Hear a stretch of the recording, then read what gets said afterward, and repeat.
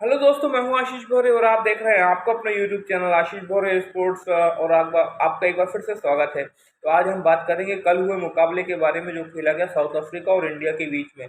बआसानी से ये match India को जीतना चाहिए था, जिस तरीके से टॉस जीतकर पहले फील्डिंग करने का निर्णय लिया था और टॉस जीतकर सही मायनों में जिस प्रकार से गेंदबाजी करनी चाहिए थी शुरुआत में वैसे ही गेंदबाजी करी थी। बैकफुट पे ढकेल दिया था साउथ अफ्रीका को, लेकिन आपने बीच में कैचेस छोड़े, फील्डिंग मिस करी, इसका खामियाजा आपको बहुत बड़ा उठाना पड़ा और एक अच्छी पार्टनरशिप लगी वहां पर जिसका कोई जवाब नहीं था शिखर धवन के पास। ये बहुत बड़ा कंसर्न हुआ। एक अच्छा डिसेंट टोटल लगा दिया उन्होंने, बोर्ड पे 249 रन लगाए 40 ओवर के इस मैच में, क्योंकि वर्षा बाधित ये मैच था। पहले तो ऐसा लग रहा था ये मैच हो ही नहीं पाएगा, लेकिन जैसे तैसे ये मैच हुआ और उसके बाद एक टॉस जीता इंडिया ने और अच्छी शुरुआत भी करी। 4 विकेट झटके वहां पर शार्दुल ठाकुर ने।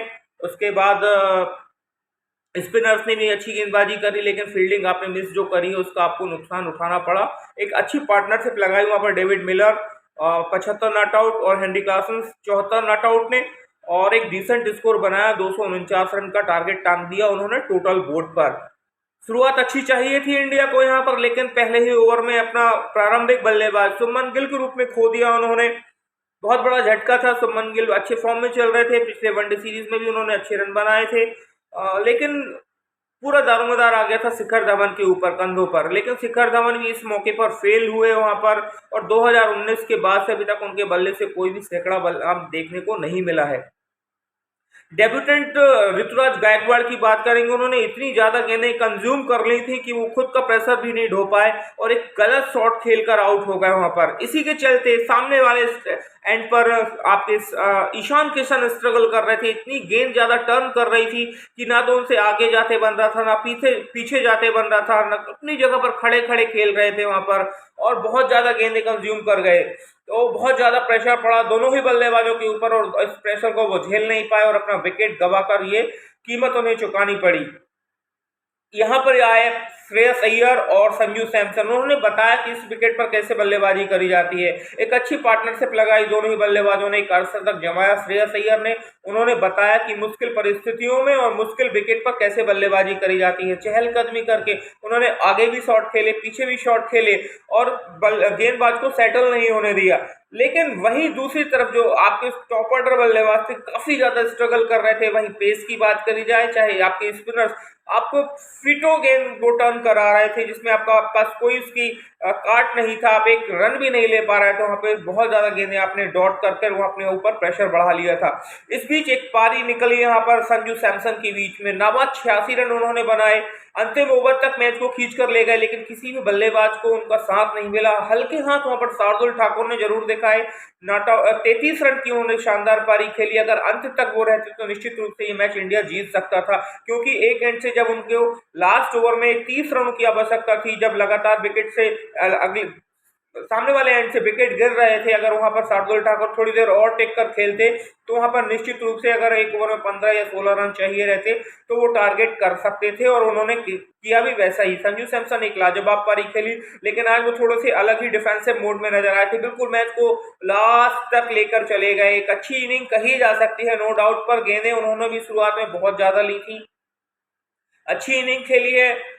एक प्रेशर वाली सिचुएशन थी, आपको वहां पर लास्ट तक मैच को लेकर जाना था, लेकिन आप जब आपका 47th ओवर आया था तब आपको वहां पर चार्ज करना चाहिए था, क्योंकि वहां पर आपके पास कोई भी ऐसा रिलायबल बैट्समैन नहीं था जो आपको वहां पर साथ दे सकता था।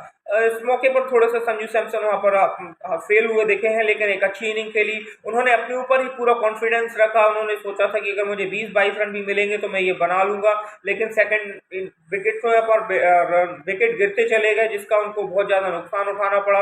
अगर वो 2-3 ओवर पहले ही अगर थोड़ा सा मूड बनाकर खेलते कि 10-12 रन के ओवर निकालते वहां पर, क्योंकि 47 या 48 ओवर में अनुमान 4 या 5 या 6-7 रन का ओवर निकले हैं, तो वो बहुत ज्यादा दबाव बना गया और 2-2 3-3 विकेट एक ओवर में वहां पर निकल गए। तो लास्ट ओवर में 30 रन जो बनाने थे बिल्कुल नामुमकिन सी बात हो गई थी।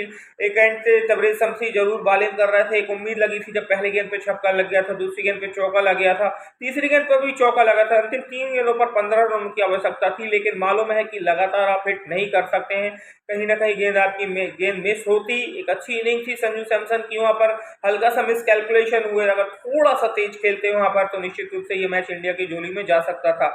बात करेंगे फील्डिंग के बारे में, तो निश्चित रूप से इंडिया की जो फील्डिंग है बहुत ही पुअर है, बहुत ही लचर है, और इस आप बड़े मंच पर आप इस तरीके की फील्डिंग की आप किसी से आशा नहीं कर सकते हैं, किसी से आप अपेक्षा नहीं करते हैं कि आप इस तरीके से फील्डिंग करेंगे। आपने बहुत ज़्यादा कैचेस छोड़े हैं, बहुत आसान कैचेस छोड़े हैं, आपने आपने बेमतलब के रन दिए हैं, ताकि आपने वो पार्टनरशिप लगवाई वहाँ से, और इसका आपको हार से खामियाजा भुगतना पड़ा है। एक अच्छी टीम थी, आपने अच्छी टीम खिलाई थी, जरूर दीपक चहर इस मैच में नहीं खेले थे। आज रवि बिश्नोई इस मैच में खेलने का मौका मिला उन्हें, क्योंकि वो वर्ल्ड कप T20 का भी हिस्सा है, तो एक अच्छी गेंदबाजी का उनसे उम्मीद थी कि अच्छी गेंदबाजी करके अपने आप को वो चुस्त दुरुस्त रखते, और अगर मौका लगता तो उन्हें कभी वर्ल्ड कप में चांस मिल सकता था, लेकिन काफ़ी महंगे साबित हुए। उनका ये आज पहला मैच था वनडे टूर्नामेंट में, वनडे मैच में, तो नुकसानदेह साबित हुए, बहुत महंगे साबित हुए। देखना होगा, बल्लेबाजी अच्छी ठीक करनी होगी शुरुआती बल्लेबाजों को। और यहाँ तक कि अगर बात करी जाए कप्तान शिखर धवन की, उन्हें भी कुछ लंबी इनिंग्स खेलनी होगी। अगर इसी तरीके से वो अपने आप को जल्दी विकेट थ्रो करते रहें तो आने वाले मैचेस में भी आप श्रृंखला हार जाएंगे। अगर आपने इस तरीके की बल्लेबाजी करी तो आपको थोड़ा सा धैर्य रखकर वहाँ पर बैटिंग करनी होगी। आप अपने आप को पेशेंस से खेलें, वहाँ पर थोड़ा सा अपने आप को टाइम दें, वक्त दें, वहाँ पर रुकें आप वहाँ पर, लेकिन ऋतुराज गायकवाड़ की जैसे नहीं कि आपने अगर 25, 30, 35 बॉल खेल ली और आपने 7-8 रन ही बनाए, इस तरीके से भी आपको नहीं रुकना है। वहाँ पर आपको रन करने होंगे, तभी जाकर आप एक अच्छी बॉलिंग लाइनअप जरूर थी साउथ अफ्रीका की, लेकिन वो बॉलिंग लाइनअप तो है ही, तो उसमें आप क्या कर सकते हैं, आपको अपने ऊपर कॉन्फिडेंस रखना होगा। अगर आने वाले दोनों मैच में आपको जीतना है तो आपको बैटर्स जो ऊपर से बल्लेबाजी करेंगे, निश्चित रूप से श्रेयस अय्यर और संजू सैमसन नीचे से आपको संभालने की पूरी कोशिश करेंगे, लेकिन पूरा दारोमदार रहेगा आपके टॉप ऑर्डर बैट्समैन का, जो एक अच्छा प्लेटफॉर्म देंगे ताकि फिनिश अच्छा कर सकें संजू सैमसन और श्रेयस अय्यर। बॉलर्स को चाहिए कि शुरुआती जो विकेट लेते हैं तो एक पार्टनरशिप जो लगती है कि आपकी लास्ट के बल्लेबाजों के द्वारा, वो ना लगने दें। कैचेस आपको पकड़ने होंगे, फील्डिंग अच्छी करनी होगी, और मैन टू मैन मार्किंग करके आपको खेलना होगा, तभी जाकर आप ये आने वाले 2 मैचेस जीत सकते हैं। क्योंकि साउथ अफ्रीका एक बहुत अच्छी साइड है, आपको उसको इतने हल्के में नहीं लेना चाहिए, क्योंकि वो वनडे में डायरेक्ट क्वालिफिकेशन के लिए भी जद्दोजहद कर रहे हैं, तो वो पूरा अपना 100% एफर्ट लगाएंगे। तो आज की वीडियो में बस इतना ही। कल जरूर जो मैच होगा उसके बारे में बात करेंगे, पहले देखते हैं क्या नतीजा होता है।